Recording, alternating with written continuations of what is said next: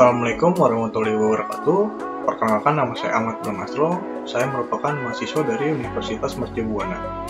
Saat ini saya akan membahas tentang tugas besar 2 mata kuliah Total Productive Maintenance, di mana ini merupakan tugas lanjutan dari tugas besar 1 mata kuliah TPM. Di sini jurnal yang saya ambil, saya menerbitkan jurnal yaitu Improvement of Overall Equipment Effectiveness Through Total Productive Maintenance a Case Study. Untuk penulisan jurnalnya ditulis oleh MM Nadim Haider dan MD Rafiq Kudzaman. Tahun terbitnya yaitu tahun 2020. Untuk sumber jurnalnya yaitu Jurnal International Conference of Mechanical, Industrial, dan Energy Engineering. Untuk status jurnalnya sendiri yaitu jurnal internasional. Saya juga sudah melampirkan link jurnal yang saya dapatkan. Masuk ke pembahasan awal, yaitu pendahuluan, di mana yang pertama adalah latar belakang penulisan jurnal. Seperti kita ketahui bersama bahwa dunia industri sangat gencar dan dalam memaksimalkan penggunaan aset dan peralatan guna meminimalkan biaya personal dan biaya produksi. Hal ini bertujuan untuk memaksimalkan keuntungan yang didapatkan oleh perusahaan tersebut. Yang kedua adalah rumusan masalah dari jurnal, yaitu ketika penggunaan aset dan peralatan sudah dimaksimalkan dalam pembuatan produk, maka timbul masalah baru yang diakibatkan oleh pemaksimalan tersebut. Di antaranya adanya kerusakan mesin, kurangnya penyesuaian terhadap tingkat produksi, kurangnya penilaian terhadap sistem produksi, kerja yang kurang maksimal akibat dari kerusakan mesin, dan manajemen yang kurang efektif dan efisien. Yang ketiga adalah tujuan penulisan jurnal, yaitu untuk dapat mengetahui program apa saja yang dapat digunakan dalam memaksimalkan keuntungan suatu perusahaan, sehingga mampu menciptakan perusahaan yang efektif dan efisien. Selain itu, untuk menghilangkan akar penyebab kerugian dengan menggunakan alat TPM untuk meningkatkan OEE di perusahaan manufaktur karung goni Bangladesh. Berikut ini teori dasar yang digunakan dalam jurnal, yaitu TPM. Saya akan sedikit menjelaskan. TPM adalah suatu metode yang digunakan untuk meningkatkan produktivitas pada wilayah kerja secara sistematis, sehingga proses tersebut menjadi lebih reliable dan lebih efisien serta efektif. Selain itu, TPM juga berfungsi untuk memelihara kondisi peralatan dalam industri agar tetap dalam kondisi prima dan maupun meminimalisir kerusakan. Pada jurnal ini, penulis menggunakan 3 metode TPM, yaitu 5S, Jitsu-Hosen, dan Kaizen atau perbaikan terfokus, di mana 5S ini adalah terdiri dari seri Seikon, Seiso, Shiketsu, dan Shitsuke. Untuk Jitsu-Hosen-nya adalah yang seperti kita kenal, yaitu autonomous, dengan memberikan tanggung jawab perawatan mesin secara rutin kepada operator, seperti membersihkan mesin, memberikan pelumas, dan inspeksi mesin. Untuk yang ketiga adalah Kaizen, yaitu membuat suatu kerja kelompok untuk mengidentifikasi masalah mesin atau peralatan kerja yang bermasalah dan memberikan usulan atau solusi. Untuk metode riset jurnalnya, metode pada penelitian ini adalah metode kuantitatif. Hal ini bertujuan untuk mengetahui strategi TPM yang diterapkan dalam meningkatkan OEE pada perusahaan manufaktur karung goni. Di sini penulis menggunakan ada 9 langkah dalam penulisan jurnal, yaitu langkah pertama adalah mencari tahu faktor utama kerugian besar. Yang kedua adalah mengidentifikasi dan mengumpulkan data kerugian besar. Yang ketiga, kerugian karena downtime. Yang keempat, implementasi 5S-nya. Yang kelima, implementasi Jitsu-Hosen. Yang keenam, implementasi Kobetsu Kaizen. Yang ketujuh, melakukan pelatihan dan edukasi. Langkah ke-8 adalah quiz TPM. Dan langkah yang ke-9 adalah keselamatan, kesehatan, dan lingkungan atau KSL. Untuk pengumpulan data jurnal dalam melakukan penelitian, praktikkan menggunakan beberapa metode pengumpulan data. Yang pertama ada observasi. Hal ini dilakukan untuk mengidentifikasi masalah yang terjadi, sehingga mendapatkan informasi yang cukup untuk mengembangkan masalah tersebut. Lalu dari masalah tersebut didapatkanlah metode yang tepat untuk menganalisa dan menyelesaikan masalah tersebut. Yang kedua ada pengumpulan data. Untuk pengumpulan data ini ada 2, yang satu data primer dan data sekunder. Untuk data primer, data ini didapatkan secara langsung dari perusahaan yang bersangkutan. Untuk data yang sekunder, data ini didapatkan dari arsip-arsip perusahaan. Yang ketiga ada pengolahan data. Pengolahan datanya ada Untuk pengolahan data primer dilakukan dengan metode OEE berupa data kegagalan peralatan, data setup, dan pengaturan kerugian. Data kerugian karena kecepatan, data kerugian karena cacat, dan membuat diagram sebab akibatnya. Berikut ini diagram sebab akibat yang ada pada jurnal, yaitu ada kekurangannya nilai OEE. Dari penyebabnya ada di mesin, yaitu penggunaan mesin terlalu berlebihan, kurangnya pemeliharaan mesin, dan jarang dibelikannya pelumas. Untuk metodenya penerapan 5S dan metode TPM. Untuk pegawainya ada di kurangnya keterampilan karyawan. Untuk manajemen, kurangnya pelatihan, lemahnya keamanan dari manajemen. Lanjut, ini merupakan data yang dikumpulkan oleh praktikan. Didapat data selama 3 bulan, ada target jam kerja, ada target barang jadinya, untuk peralatannya apa saja, alasan untuk gagalnya apa, frekuensinya berapa kali, untuk kehilangannya berapa waktunya, untuk waktu hentinya juga berapa.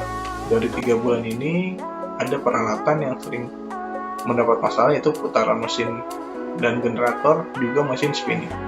Dari data 3 bulan ini, alasan untuk gagalnya adalah karena korosi gelombang di dalam atau retakan, tegangan, dan tali putus. Untuk generator, alasan untuk gagalnya adalah pasokan air pendingin gagal dan tersandung. Dari 3 bulan ini, data 3 bulan ini didapatkan total kehilangan waktunya adalah 32.237 dan waktu hentinya 27.417. Lanjut ke data yang kedua. Ini merupakan data peralatan perubahan mesin.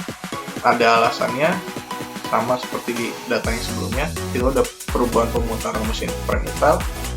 Untuk datanya selama 3 bulan sama, didapatkan hasil yaitu dengan total kehilangannya 0,57, waktu hentinya adalah 117. Data yang ketiga, ini merupakan peralatan. Alasan adalah yang putaran mesinnya, dengan alasannya adalah RPM spindle yang sebenarnya adalah 3200, namun karena kecepatan operasi mesin lama tetap 2300 sampai 2700 RPM. Yang kedua adalah perubahan pemutaran mesin. Alasannya setelah jangka waktu tertentu, pita pencatatan kapas menjadi hilang dan tergelincir. Ini mengurangi putaran mesin. Didapatkan selama 3 bulan waktu yang sama untuk hasil kehilangan dan waktu hentinya. Selanjutnya adalah masih yang sama, yaitu putaran mesinnya, dan alasannya yaitu RPM spindle yang sebenarnya harusnya 3200, namun karena kecepatan operasi mesin masih tetap 2300 sampai 2700 RPM. Ini untuk catat produk di bulan pertama, kedua, dan ketiga. Di bulan pertama, cacat produk jadi karena putusnya tali selama proses pemintalan. Untuk kehilangannya 2,65. Bulan pertama pemborosan bahan baku sebanyak 0,91 dengan subtotal 3,72. Yang bulan kedua, cacat produknya kehilangan 2,87, untuk pemborosan bahan bakunya 1,01. Yang ketiga, cacat produk jadi karena putusnya tali selama proses pemintalan. Kehilangannya 2,70, pemborosan bahan bakunya 0,94 dengan total 11,31. Ini merupakan hasil pembahasan yang telah dilakukan oleh praktikan. Di sini ada 4 kolom, yaitu total productive maintenance, akar penyebab teridentifikasinya, tindakannya apa, dan dampaknya apa. Untuk TPM sendiri, di sini kita akan bahas untuk TPM yang metode 5S. Untuk penyebab pertama, diamati bahwa beberapa barang yang tidak diinginkan berada di dekat mesin. Tindakan yang dilakukan adalah item yang tidak diinginkan disimpan jauh dari mesin operasi. Dampaknya, waktu pencarian barang menjadi berkurang, menjadi lebih cepat. Untuk penyebab 5S yang kedua adalah akar penyebab. Diamati bahwa tempat kerja tidak begitu bersih. Tindakannya mengembangkan kesadaran di antara para pekerja untuk membersihkan tempat kerja dan mesin mereka. Dampaknya, kerja yang lebih baik, lingkungannya lebih baik juga bagi pekerja. 5S yang ketiga adalah metode 5S yang ketiga, maksudnya diamati bahwa beberapa pekerja tidak tepat waktu dan berdedikasi. Tindakannya adalah manajemen mengambil tindakan yang perlu diberikan kepada karyawan seperti peringatan. Dampaknya meningkatnya produktivitas. Lanjut ke metode yang kedua, yaitu otonom atau perawatan. Akar penyebab teridentifikasinya adalah beberapa saat pin rotor jatuh yang menghentikan mesin seng. Operator menunggu sampai pemeliharaan departemen memperbaiki masalah. Tindakannya mengembangkan kesadaran diri atas para pekerja untuk membersihkan tempat kerja mereka. Dampaknya kerja yang lebih baik, lingkungan bagi pekerja. Lanjut ke metode yang ketiga, yaitu Kaizen. Di sini ada beberapa akar penyebab. Yang pertama adalah karena korosi atau stress cracking di dalam gelombang mesin spinning. String terputus turun sering. Tindakannya menggunakan sepatu karet di dalam mata melengkung. Dampaknya, frekuensi memotong tali berkurang karena waktu henti berkurang. Yang kedua dari Kaizen adalah pasokan air pendingin dan generator tersandung. Tindakan dilakukan memastikan pasokan air pendingin cukup, dampaknya waktu henti berkurang. Yang ketiga, setelah jangka waktu tertentu pamflet mesin pintal diubah karena retak bagian dalam. Tindakannya menggunakan sepatu karet di dalam mata pamflet. Dampak dari kegiatan tersebut adalah waktu henti yang berkurang. Yang keempat, akar penyebabnya adalah spindle aktual adalah 3200. Namun, karena lama mesin kecepatannya operasi tetap di 2300 sampai 2700 rpm. Tindakannya mencoba meyakinkan manajemen untuk memasang mesin yang baru. Hasilnya didapat mahalnya mesin baru sehingga manajemen tidak tertarik untuk mengubahnya. Oleh karena itu, waktu untuk henti kecepatan tidak ada perubahan. Selanjutnya adalah akar penyebab setelah jangka waktu tertentu pita datar terkapas menjadi hilang dan terpleset. Tindakan yang dilakukan adalah dukungan ekstra disediakan untuk menghindari melonggarkan pita. Dampak yang didapat kerugian karena kecepatan berkurang.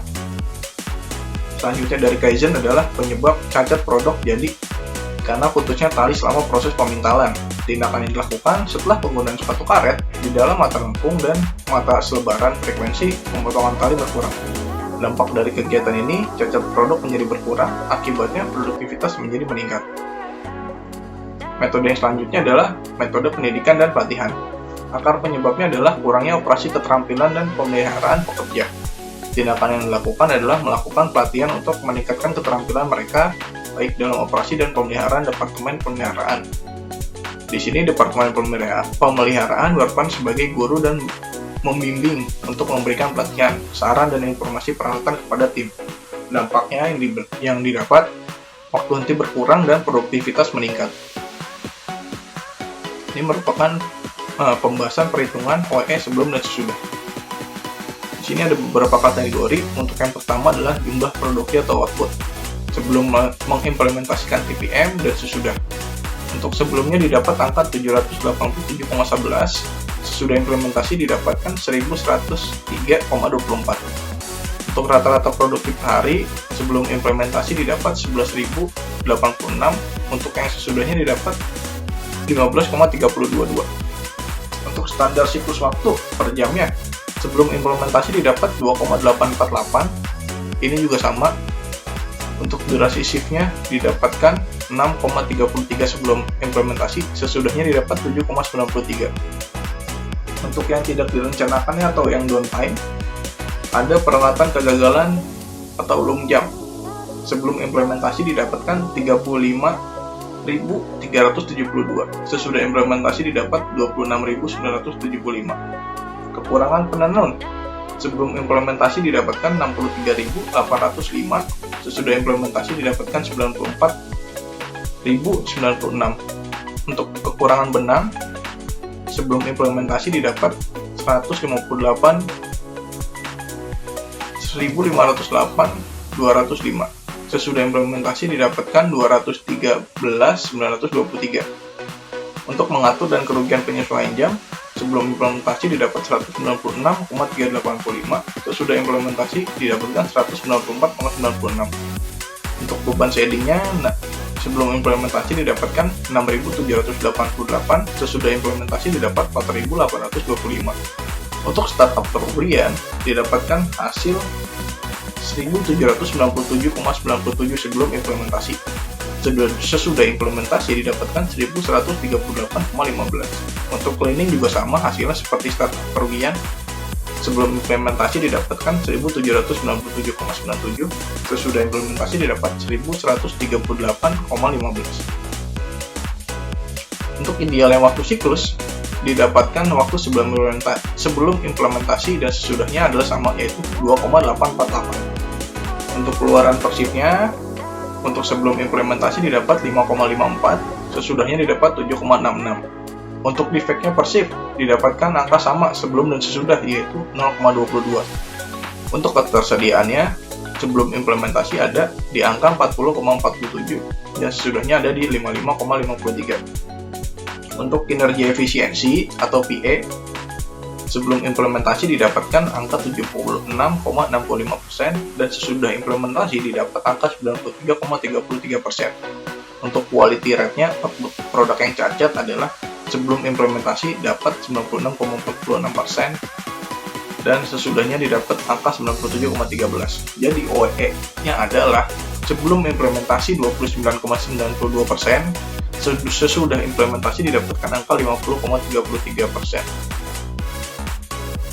Jadi di sini untuk kesimpulan dan sarannya dari jurnal ini, kesimpulannya adalah dalam penelitian ini strategi TPM diimplementasikan untuk meningkatkan OEE industri karung goni di Bangladesh. Akar penyebab kerugian besar diidentifikasi, penyebabnya rendahnya OEE dan strategi TPM diterapkan untuk mengurangi kerugian tersebut.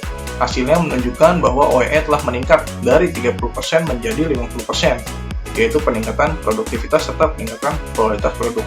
Namun, OEE 50,33% itu masih sangat rendah dibandingkan dengan benchmark manufaktur kelas dunia, yaitu di angka OEE 85%. Studi ini memberikan kesempatan kepada perusahaan untuk mengetahui di mana mereka berada dan apa yang menyebabkan rendahnya OEE dan bagaimana cara meningkatkannya. Untuk sarannya, untuk penelitian ini diharapkan dapat dilakukan pencarian untuk solusi dari hasil OEE yang masih sangat rendah, agar perusahaan karung goni dapat melakukan analisa kembali terkait produktivitas dan peningkatan produk mereka. Untuk materi kuliah yang sesuai dengan jurnal, itu ada dua, yaitu yang pertama, materi ini sesuai dengan perkuliahan di modul kelima, yaitu materi tentang TPM Losses. Karena pada jurnal yang dibahas pada tugas besar ini, penulis mencari tahu penyebab dari kurangnya nilai OEE saat ini, atau perusahaan yang dibahas yaitu perusahaan karung goni di Bangladesh, dan mencari cara untuk mendapatkan nilai OEE yang sesuai dengan standar manufaktur mereka. Yang kedua, yaitu salah satu tujuan utama dari program TPM dan OEE adalah untuk mengurangi atau menghilangkan apa yang disebut cyclic losses, atau yang menyebabkan berkurangnya efisiensi di bidang manufaktur. Selanjutnya adalah penutup. Pada jurnal Improvement of Overall Equipment Effectiveness Through Total Productive Maintenance, a case study, pemecahan masalah penulis dengan menggunakan metode TPM dan OEE sudah sesuai dan mudah dipahami oleh para pembaca. Namun, kekurangan di sini hanya pada beberapa gambar yang kurang jelas dan kurang rapih, dan penempatan gambar yang di pembahasan jurnal itu kurang jelas. Mungkin sekian yang bisa saya sampaikan, kurang lebih yang mohon maaf. Wassalamualaikum warahmatullahi wabarakatuh.